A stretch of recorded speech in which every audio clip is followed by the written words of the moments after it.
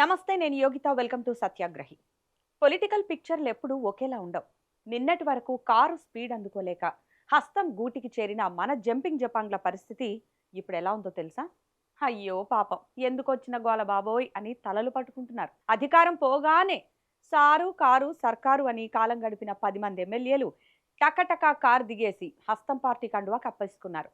Cut చేస్తే ఇప్పుడు scene reverse అయింది. తెలంగాణలో కాంగ్రెస్ సర్కార్ వచ్చి 2.5 ఏళ్లు దాటింది. అంటే అప్పుడే సగం కాలం అయిపోయిందన్నమాట. ఇక నెక్స్ట్ ఎలక్షన్స్ కోసం రూట్ క్లియర్ చేసుకోవాల్సిన టైం వచ్చేసింది. కానీ మన జంపింగ్ వీరుల రూట్ మాత్రం క్లియర్గా లేదు సార్. సరిగ్గా ఇక్కడే అసలు ట్విస్ట్ మొదలైంది. ఒక ఆయన ఆల్రెడీ బ్యాక్ టు హోమ్ అంటూ మళ్ళీ గులాబీ కండువా కప్పుకోగా, ఇప్పుడు మరో ఇద్దరు జంపింగ్ కింగ్స్ కూడా కేటీఆర్తో టచ్లోకి వెళ్ళారట. మళ్ళీ కారెక్కిస్తారా సార్ ప్లీజ్ అని అడుగుతున్నారట. ఇంతకీ ఆ ఇద్దరు ఎమ్మెల్యేలు ఎవరు? కారు పార్టీ గేట్లు తెరుచుకుంటున్నాయా లేదా అన్నది ఈ వీడియోలో తేల్చేద్దాం. ఇక మ్యాటర్లోకి వెళితే ఫస్ట్ వికెట్ ఆల్రెడీ పడిపోయింది. పటాన్చెరు ఎమ్మెల్యే గూడెం మహిపాల్ రెడ్డి కాంగ్రెస్ నుంచి మళ్ళీ రివర్స్ గేర్ వేసి గులాబీ గూటికి చేరిపోయారు. ఆయన వెళుతూ వెళుతూ మిగతా 9 మంది జంపింగ్ ఎమ్మెల్యేల గుండెల్లో పెద్ద బాంబే పేల్చారు. కాంగ్రెస్లో చేరినప్పుడు వీరంతా ఏమన్నారు? మా నియోజకవర్గాల అభివృద్ధి కోసమే మారాం, సీఎం రేవంత్ రెడ్డి నాయకత్వంలో నిధుల వరద పారిస్తామన్నారు. కానీ ఇప్పుడు సీన్ చూస్తే నిధుల వరద దేవుడెరుగు, కనీసం ఎమ్మెల్యే ఫండ్స్ కూడా రావడం లేదని లోపల లబోదిబోమంటున్నారు. ఒక సీనియర్ నేత అయితే మొన్నటి ఇంటర్వ్యూలో ఓపెన్గానే చెప్పారు, పార్టీ మారిన తర్వాత రెస్పెక్ట్ లేదు, నిధుల కోసం అడుక్కోవాల్సిన పరిస్థితి వచ్చింది అని.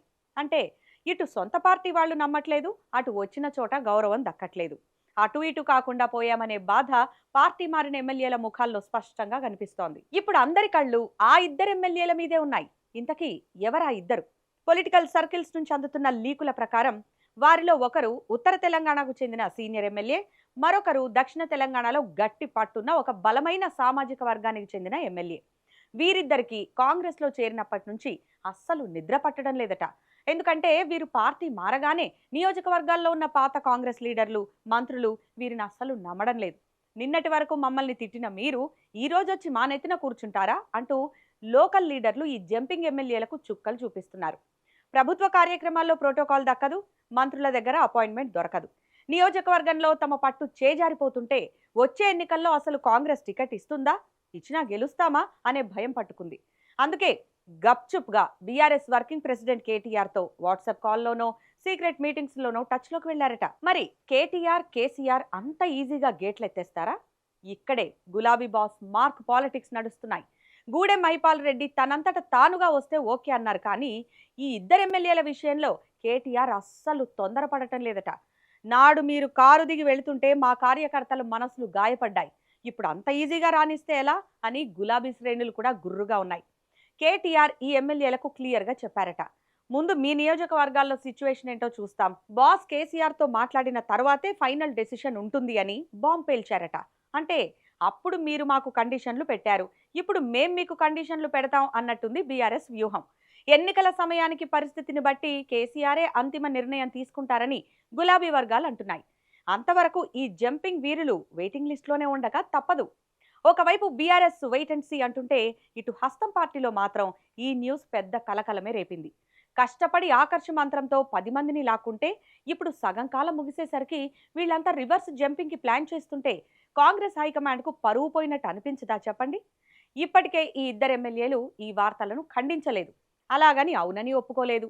అంటే సైలెన్స్ ఈజ్ హాఫ్ యాక్సెప్టెన్స్ అన్నమాట.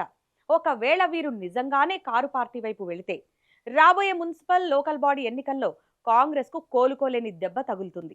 అందుకే ఇప్పుడు గాంధీ భవన్ పెద్దలు ఈ అసంతృప్త నేతలను బుజ్జగించే పనిలో పడ్డారట. కాస్త ఓపిక పట్టండి బ్రదర్, నిధులు ఇస్తాం, పదవులు ఇస్తాం, తొందరపడి కారెక్కి యాక్సిడెంట్ చేసుకోవద్దు అని సర్ది చెబుతున్నారట. కానీ రాబోయే రోజుల్లో కాంగ్రెస్ గెలిచే ఛాన్స్ లేదని జంపింగ్ నేతలు ఫిక్స్ అయిపోవడమే ఇక్కడ అసలు ట్విస్ట్. సో ఇది ప్రస్తుత తెలంగాణ పొలిటికల్ క్లైమాక్స్. రాజకీయాల్లో శాశ్వత శత్రువులు, శాశ్వత మిత్రులు ఉండరనేది పాత సామెత.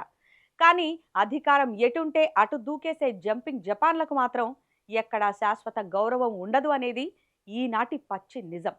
కారు డిజైన్ నచ్చక చెయ్యి అందుకున్నారు, ఇప్పుడు ఆ చెయ్యి నిధులివ్వకపోయేసరికి మళ్ళీ కారు టైర్లు పట్టుకుంటున్నారు.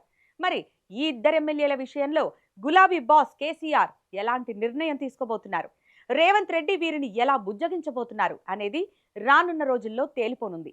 ఏదేమైనా రాబోయే మున్సిపల్ ఎన్నికల కంటే ముందే తెలంగాణ పాలిటిక్స్లో ఈ రివర్స్ జంపింగ్ వ్యవహారం మాత్రం పీక్స్కి చేరింది. ఇక ఈ జంపింగ్ జపాంగ్లపై మీ అభిప్రాయం ఏంటి? ఆ ఇద్దరు ఎమ్మెల్యేలను బీఆర్ఎస్ మళ్ళీ చేర్చుకోవాలా వద్దా?